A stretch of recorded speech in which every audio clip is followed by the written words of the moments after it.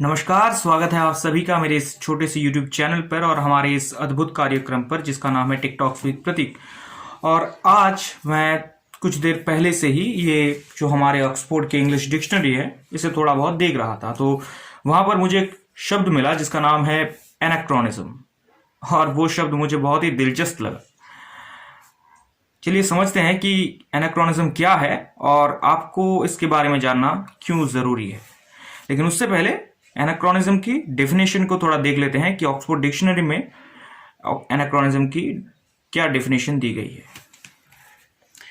यहां पर कहा गया है कि a person, a custom etcetera that seems old fashion and doesn't belong in the present.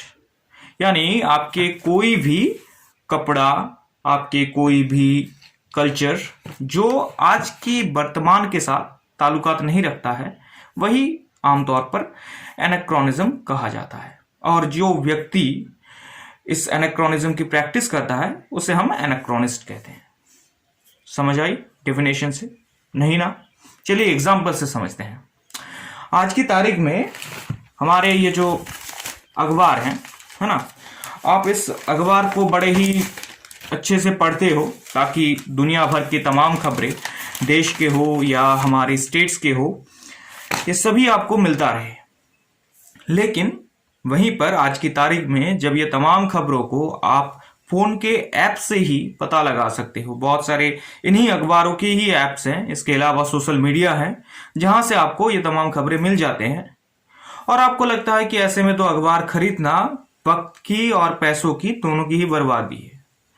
लेकिन वहीं पर अगर आपका मानना यह है कि नहीं, अखबार तो पढ़नी चाहिए, अब फोन के ऐप से भले ही खबराखबर मिल जाते हैं लेकिन अखबार की अलग अहमियत है। आप प्रिंट एडिशन में जब पढ़ते हो सुबह के चाय के चुस्की के साथ उस प्रिंटेड अखबार को, तो अलग ही एक फीलिंग आती है। इसके अलावा ऐप में आपके पसंद के हिसाब से खबरों को दिखाए जाते हैं। मिसाल के तौर पर आपको मान लेते हैं कि स्पोर्ट्स में ज्यादा दिलचस्पी है तो स्पोर्ट्स रिलेटेड खबर दिखाया जाएगा। अगर आपको स्पोर्ट्स में भी सिर्फ क्रिकेट में ज्यादा दिलचस्पी है तो क्रिकेट रिलेटेड खबर ही दिखाया जाएगा। लेकिन वहीं पर अखबार में ऐसा कुछ नहीं होता है, वो सारे खबरों को पेश करते हैं और आप अपने पसंद से पढ़ सकते हो या फिर आप सारे खबरें पढ़ सकते हो ओवरऑल जानकारी के लिए। So whether it's about economy, polity, sports, culture, history और साथ ही साथ क्रॉसवर्ड्स वगैरह, स्टेट्स रिलेटेड खबरें, तमाम चीजें आपको मिल जाती है। साइंस एंड टेक्नोलॉजी के बारे में खबरें, तो कहीं ना कहीं आपको लगता है कि अखबार इज वे बेटर। इसके अलावा और भी बहुत सारी चीजें हैं। मिसाल के तौर पर मान लेते हैं कि हमारे हाथ की ये जो घड़ी है ये एक तरह के मैकेनिकल वॉच है, लेकिन आज की तारीख में लोग बहुत ज्यादा ही हद तक स्मार्ट वॉचेस में मूव कर रहे हैं। क्या है स्मार्ट वॉचेस? एंड्रॉयड के प्रयुक्ति से ही चलने वाला एक घड़ी है जिसमें आपके हार्ट बीट्स, आपके ब्लड प्रेशर वगैरह तमाम चीजें सही से दिखाया जाता है। यानी सिर्फ टाइम नहीं दिखाया जाता, उसके अलावा भी और भी बहुत सारी चीजें दिखाया जाता है। कई सारे स्मार्ट वॉचेस में डायरेक्टली फोन को आप अगर उसके साथ लिंक कर दो तो आप फोन को भी एक्सेस कर सकते हो अपने घड़ी से ही। साथ ही साथ घड़ी से गाना सुनना, आप कितने घंटे सोए हो वो भी वो घड़ी आपको बता सकता है, और उसी चीज को स्मार्ट वॉच कहा जाता है। लेकिन वहीं पर आपका मानना है कि ये सब इससे पहले भी अगर जब मुझे पता नहीं था तब मेरी लाइफस्टाइल में क्या बदलाव आई थी, अगर पता चल भी गया तो भी क्या बदलाव आएगा। तो ये कहीं ना कहीं आपको लगा कि नहीं, ये जो पुराने वाला घड़ी है यही ज्यादा अच्छा है। इसके अलावा एक और हम एग्जांपल्स दे सकते हैं इस पेन की। मान लो कि आपको ये पेन से ज्यादा, कहीं ज्यादा आपको फाउंटेन पेन पसंद है। आपको लगता है कि नहीं, फाउंटेन पेन में असली पेन का मजा आता है, ये बॉल पॉइंट पेन किसी काम का नहीं है। तो कहीं ना कहीं आप इन तमाम क्षेत्रों में एनाक्रोनिज्म का शिकार हो। इसके अलावा और भी बहुत सारी चीजें आपकी पोशाक में, अगर आप भी पुराने जमाने की तरह एक क्या कहें ओल्ड फैशन क्लोथ्स पहनना ज्यादा पसंद करते हो, आपके इनफैक्ट आपके मूवी देखने में अगर आपकी पसंदीदा पुराने जमाने की मूवीज हो, पुराने जमाने के टेलीविजन शोज हो, आपकी गाना सुनना भी पुराने जमाने के ही गाने हो, आज की तारीख में की चीजों को आपको पसंद नहीं आता। अब ऐसा नहीं है कि सारी चीजें पसंद नहीं आता, कुछ ऐसी चीजें हैं जो आपको पसंद नहीं आता और वो चीजें आप पुराने जमाने की तरह ही प्रैक्टिस करते हो।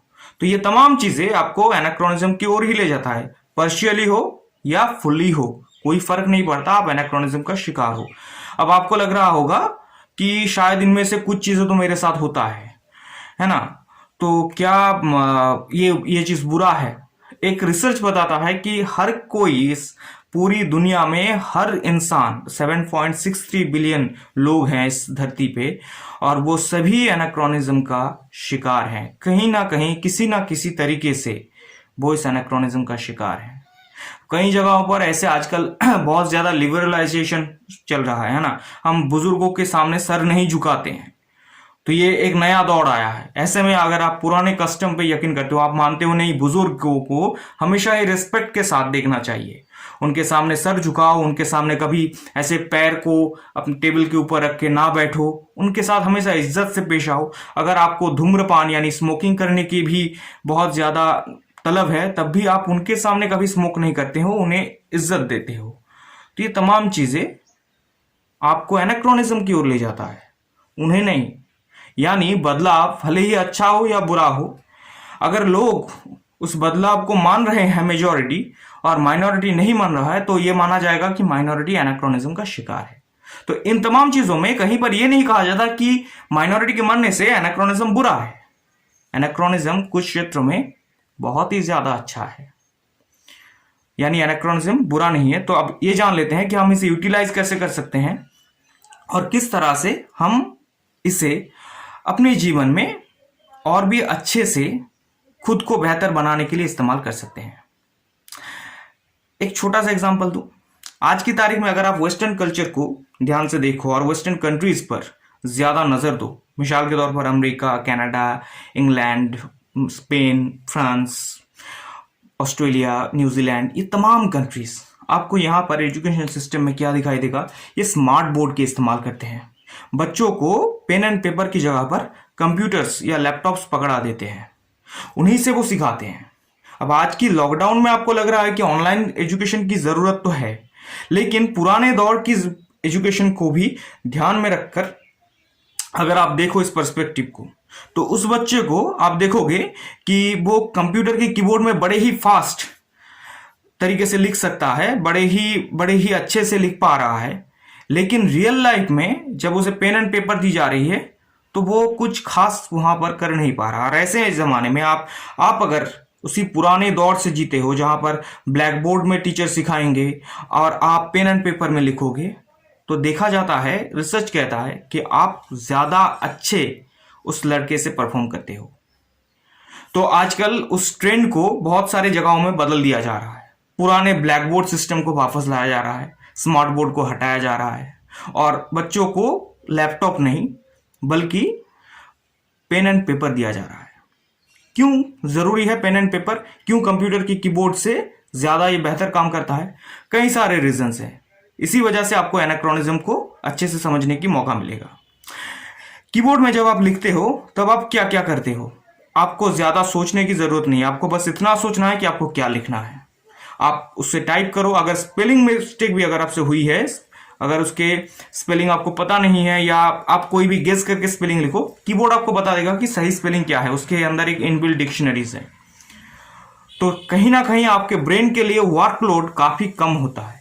लेकिन वहीं पर अगर आप एक सफेद कागज में, कोरा कागज में लिख रहे हो पेन से, तो आपको क्या करनी पड़ेगी? सबसे पहले आपको लिखने वक्त यह ध्यान रखना होगा कि आपकी जो लाइन है वो बिल्कुल स्ट्रेट हो रहा है या नहीं, आपके स्पेलिंग ठीक ठाक है या नहीं, आप क्या लिख रहे हो, वो तमाम चीजें, आपके हर शब्द या हर लेटर यानी वर्ण पूरी तरह से मतलब आप उसे ठीक से लिख पाए हो या नहीं, ये तमाम चीजों को आपको देखनी पड़ती है और इससे आपकी ब्रेन पर काफी ज्यादा लोड पड़ता है।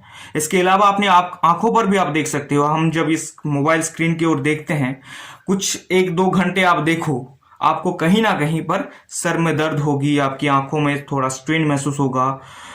आपके बहुत सारे रिसर्च ये भी कहते हैं कि 20 मिनट से ज्यादा कभी भी इन स्क्रीन पर देखना नहीं चाहिए। उसके बाद आप थोड़ी दूर की कुछ देर देख लो और वापस स्क्रीन में आओ, यानी आपकी रेटिना को, आपकी आंखों को ठीक से रखो। लेकिन वहीं पर अगर आप यही चीज एक पेन पे करते हो, तो क्या आपको ये प्रॉब्लम को झेलना पड़ेगा? जवाब है नहीं। आपके जो कागज है वो कभी भी हमारे आंखों के लिए ज्यादा खतरनाक नहीं होता। बहुत सारे लोगों को आज की तारीख में फोन में ही किताबें पढ़ना पसंद है, वो ई बुक या पीडीएफ के जरिए वो किताबों को एक्सेस करते हैं। बहुत सारी चांसेस है कि वो किताबें फ्री होती है, हालांकि वो कहीं ना कहीं एक तरह से पायरेसी है, लेकिन फ्री में मिल जाते हैं तो लोग उसे एक्सेस करते हैं, पढ़ते हैं, जिन्हें किताबों की दिलचस्पी है। लेकिन कुछ लोग होते हैं जिन्हें सिर्फ और सिर्फ फिजिकल किताबें ही पसंद है, वो किसी और किताब को ज्यादा अहमियत नहीं देते हैं। तो ऐसे क्षेत्रों में वैज्ञानिक कहते हैं कि ये जो पीडीएफ में पढ़ने वाला या ई बुक में पढ़ने वाला लोगों की आंखों को खत्म होने के चांसेस बहुत ज्यादा है। नो वंडर कि मेरे आंखों में ऑलरेडी एक चश्मा पड़ गया है, हो सकता है कि आपकी आंखों में भी पड़ सकता है। लेकिन एनाक्रोनिज्म का अगर आप शिकार हैं तो शायद आप बच सकते हैं, फिजिकल किताब को पढ़ो तो। उम्मीद करता हूं कि आपको ये टेक टॉक्स पसंद आया है। अगर आप चैनल पे नए हो तो डेफिनेटली चैनल को सब्सक्राइब कीजिए। अगर वीडियो पसंद आया है तो लाइक जरूर कीजिए और कमेंट सेक्शन पे मुझे जरूर बताइए क्या आप किस हिसाब से एनाक्रोनिज्म का शिकार है। ये मत कहना कि नहीं है, हम में से हर कोई एनाक्रोनिज्म का शिकार तो है। देखना यह है कि आप कहां से एनाक्रोनिज्म का शिकार हो। मिलते हैं अगले टेक टॉक्स में, तब तक के लिए मैं प्रतीक बैनर्जी आपसे विदा लेता हूं। जय हिंद।